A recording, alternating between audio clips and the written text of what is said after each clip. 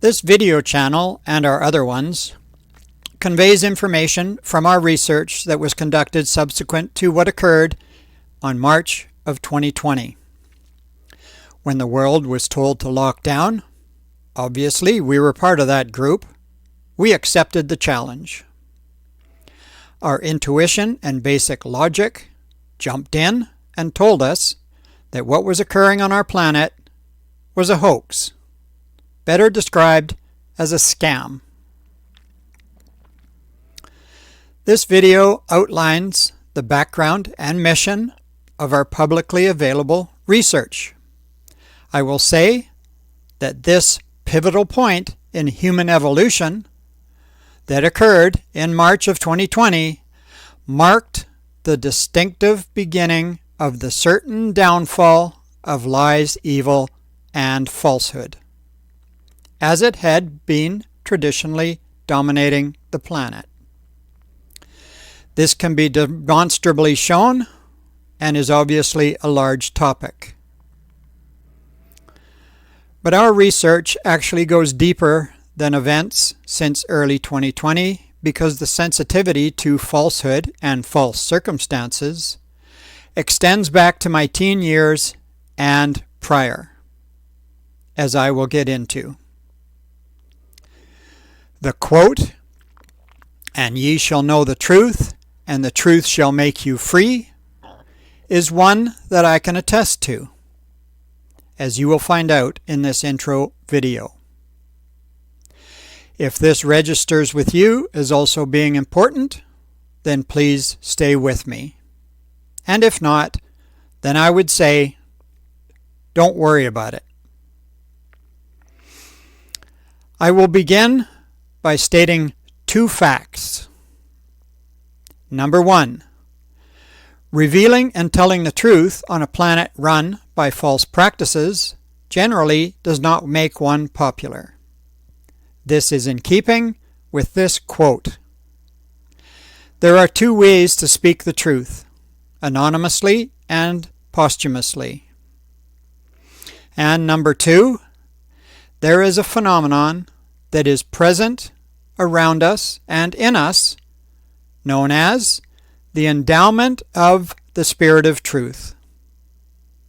When I look back on my life, I am grateful for this phenomenon, as it has very much been guiding me the whole time. This is not meant to be pretension, but rather observation. And indeed, this noted Spirit of Truth is available to everyone. I will touch back on this topic at the end due to its major significance.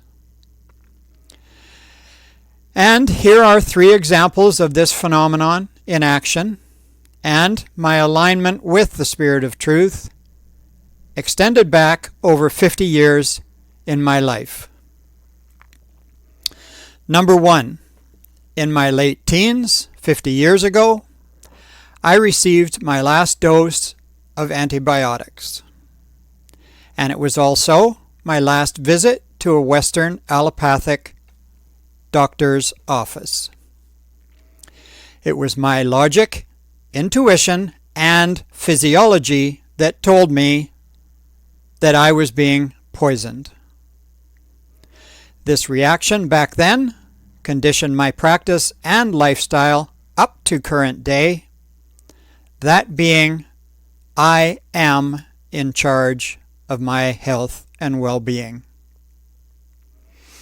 I will add that I have been trained as an emergency medical technician, ambulance, and am fully aware of what is trauma care versus medical care, as that is the primary motivation for an emergency responder when entering a scene.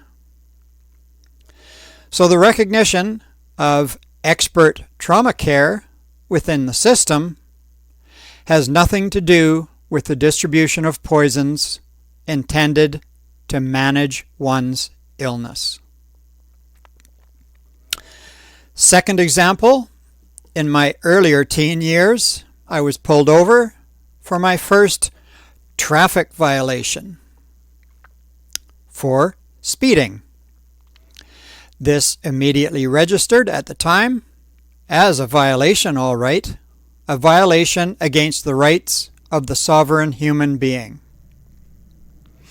Some will undoubtedly dispute this rationale, but I will simply say, no victim, no crime. Also, A, almost all victimless crimes are violations against the individual, and B, there is a difference between what is reckless and dangerous driving and speeding. It comes down to intent. My third and final example I will go over goes back to 1987. I will start off by saying that we all have guides and angels on both sides of the veil to assist us through this journey. So in 1987, prior to the birth of our first child, my wife recalled a little card that listed the dangers of vaccination distributed by a nurse. 8 years previously, my wife worked as a teenager in a health food store where she received this vital notice. We took that advice in '87 and did the research. With no internet at the time, we obtained 3 books, 1 written by a doctor, and a thesis from the University of BC. The horrendous information that we uncovered led us to protect all our children in the following years. The 3 of them, as of 2026, have collectively 101 years of health experience accumulated. So this gives a little insight to the spirit of truth and how it may be working in an individual's life. Karmic propensity is part of this appraisal as well. So we pick up this intro video at March of 2020 when everything changed. This was an escalation of falsehood as registered by my intuition again that was well beyond the latent levels of falsehood that had been present my whole life. This was a directed scam. Since we were included in the global demographic, we accepted the challenge as noted. And the bigger picture of why this occurred in early 2020 is not something I will go into here. It is a broad topic, and I have covered it in other areas and videos. But it was imperative, once my intuition spoke out, that I confirm the strong feeling, as we did with the vaccinations in 1987. I will continue by declaring that truth is always available to those who earnestly find and access it. I have always found this to be the case. Sometimes you have to be discerning again, because we live in a society ruled by lies and well-financed propaganda. In any case, I was able to find the truth that I was after and will state again, the truth has the ability to make one free. The other detail that is pertinent and true at this juncture is the claim that fear is an acronym for false evidence appearing real. Many are aware of this now, and many more will be in the near future. So the first activity that came from the pursuit of truth subsequent to this event in March of 2020 happened to be the first document I wrote, entitled Canaries in Coal Mines, Why We Should Listen to Them. This was partly a direct observation augmented by the book The Invisible Rainbow A History of Electricity and Life by Arthur Firstenberg. Arthur was indeed one of the canaries for electromagnetic frequency radiation sensitivity. That is a human canary, of course. Eventually, it took his life last year. In my document, I related the canary effect to my own life experience, where I received a 3-day unresolvable headache from gulping my first and only dose of aspartame, a new synthetic sweetener, in 1984. A part of my research on this product is that it produced brain tumors in rats. This was personally confirmed recently by an individual who visited our Truth Center who knew somebody who worked directly at the FDA. But I did not know that a year later I would also become Arthur's companion in the effects of EMF radiation symptoms, which I will get into later. So after this initial document was written, the research documents and articles kept coming at a rapid rate. I will add here that it can be difficult for someone to actually figure out what is truth and what is falsehood. Given the importance of this topic, I have this to submit. Number 1. Primarily, here is a quote from David Hawkins. The human being is not naturally endowed with an inherent mechanism to discern truth from falsehood. Hawkins' books, Power versus Force, and coincidentally, Truth versus Falsehood, How to Tell the Difference, are only 2 of the many documented evidential books of his research. Number 2. The spirit of truth is both valuable and present in this discussion. More on this later. Number 3. A well-tuned intuition, some call a BS meter, is unfailing as a truth indicator. Number 4. Intuition, when confirmed by basic logic and listening to a physiological response, makes truth finding ironclad. And lastly, number 5, to finish off this truth-falsehood list, most importantly, it has to be mentioned that the presence of logical fallacies is rampant among the propaganda campaign writers and their supporters in the greater population. But this is the great thing about logical fallacies. They become just what they are, limp arguments, once they are exposed. From personal experience, when you expose someone promoting their fallacy, their only defense is, no, it's not. For those who may be confused about just what a logical fallacy is, it is a twisting of the truth that seems legible to those who can't pin down the fallacy itself. I may produce a video on this later. As the research information piled up in April 2020, we took over 2 full walls in our public art gallery to accommodate it all. You see the display behind me. This public display was scaled back significantly in April 2024, as it was clear from these initial 4 years that the propaganda campaign and falsehood in general had a firm lock on the mass population. So the bulk of the information is still available from these sources.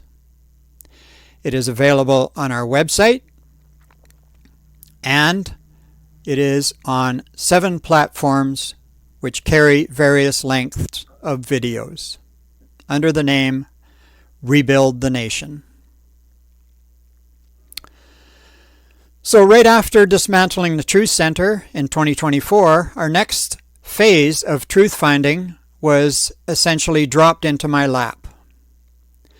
This was the functional framework that already existed to establish eternal peace, freedom, and abundance, not just for humanity, but also for Mother Earth.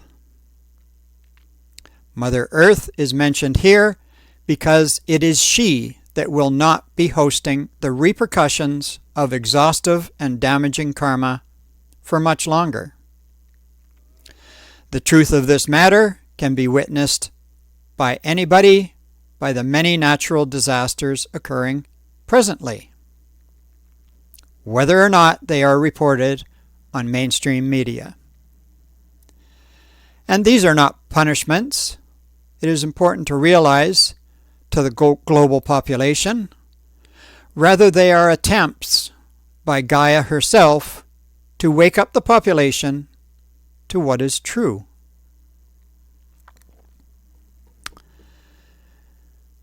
So there are 2 main distillations from our life experience and from the definitive research that was accumulated in our Truth Center. Distillation 1. This addresses the longest and biggest scam imposed upon humanity. That is, the presence of God and of the divine personality extraterrestrial brotherhood. It is reported that around 82% of global citizens believe in God, so nothing needs to be said about that.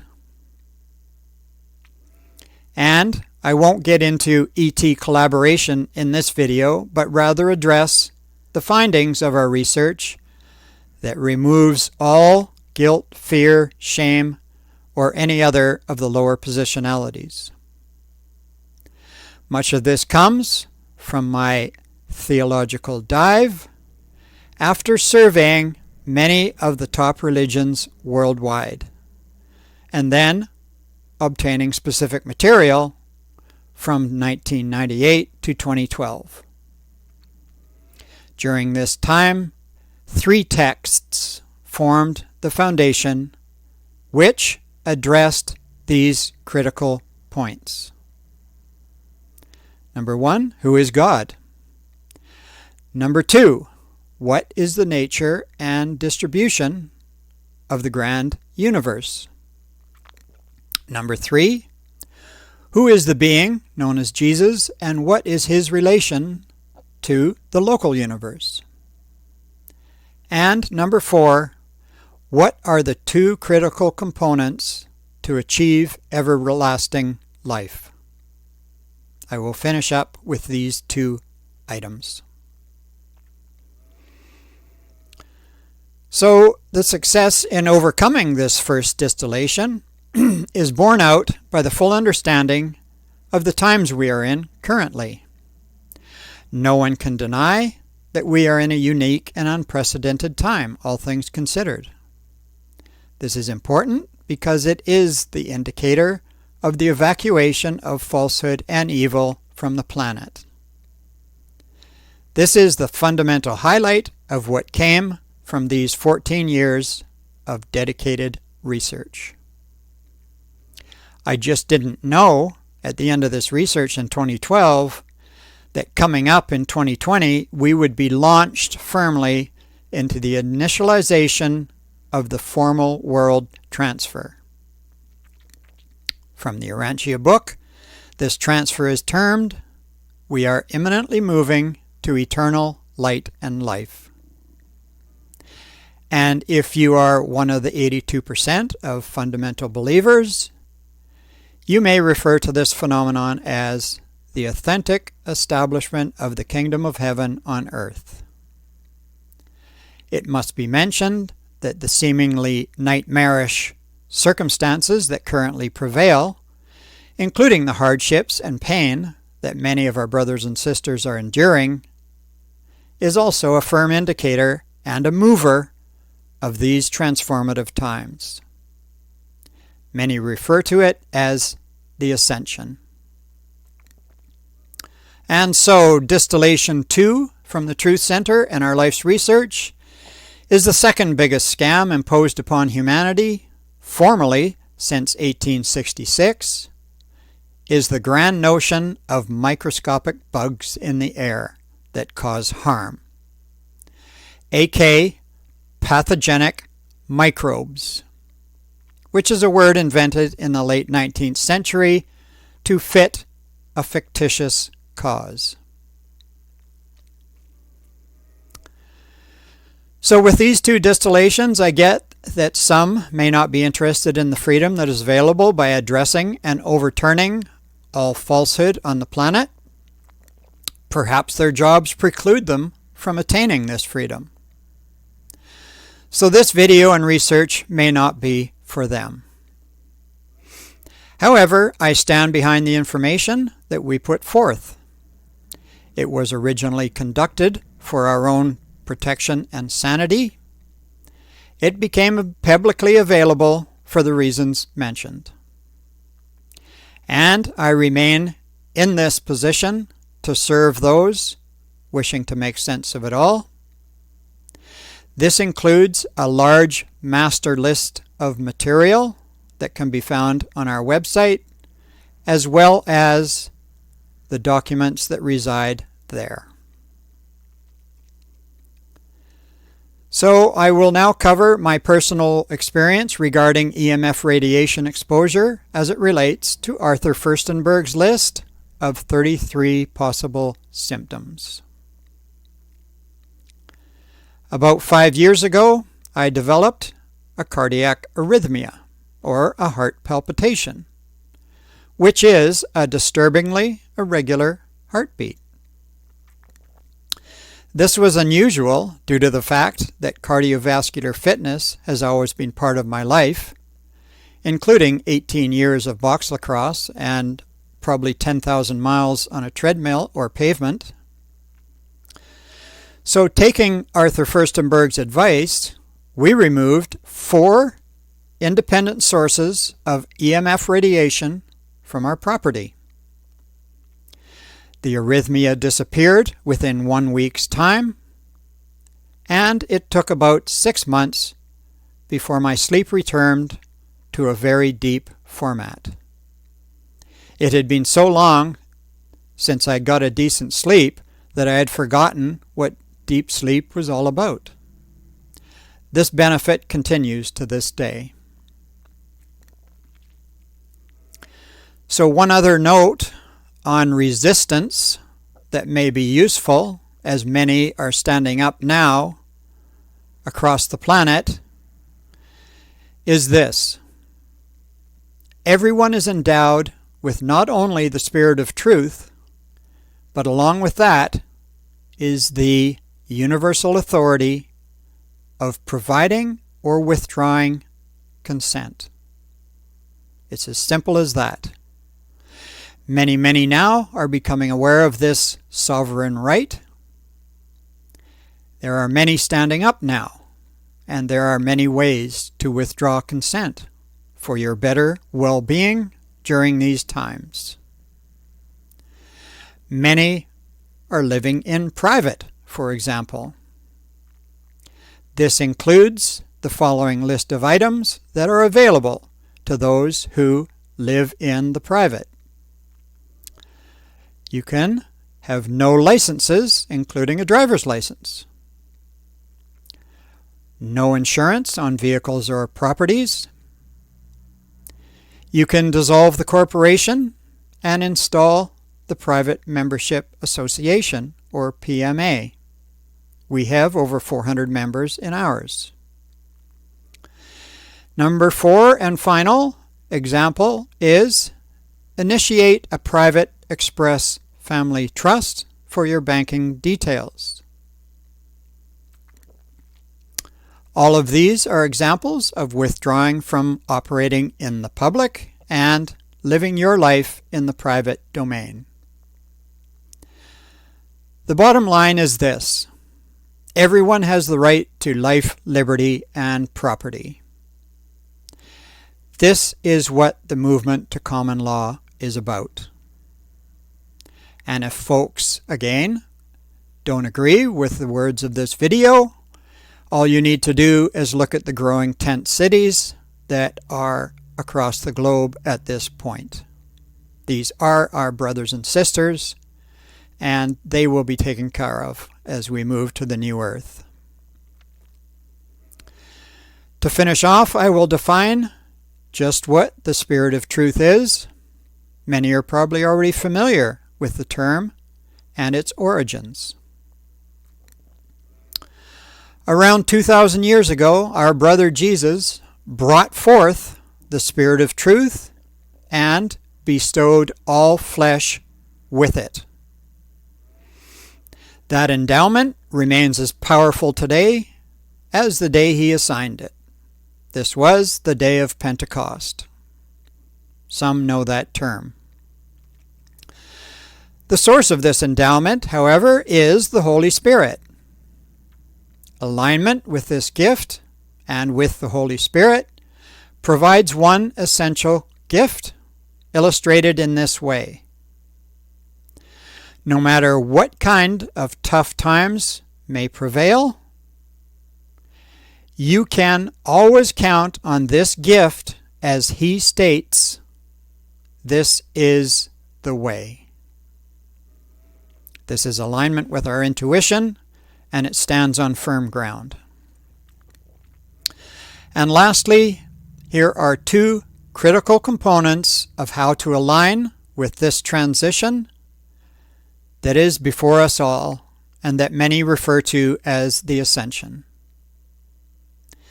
This is the essential summary of the Urantia book, but also can be interpreted as relating to the direct guidance from our brother Jesus, as he encouraged all his brothers to align with unconditional love.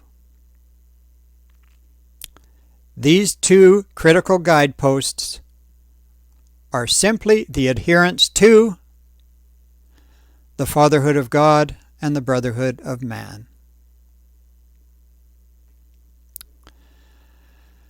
Thanks for listening to this introduction video. I'll leave you with: freedom is not granted.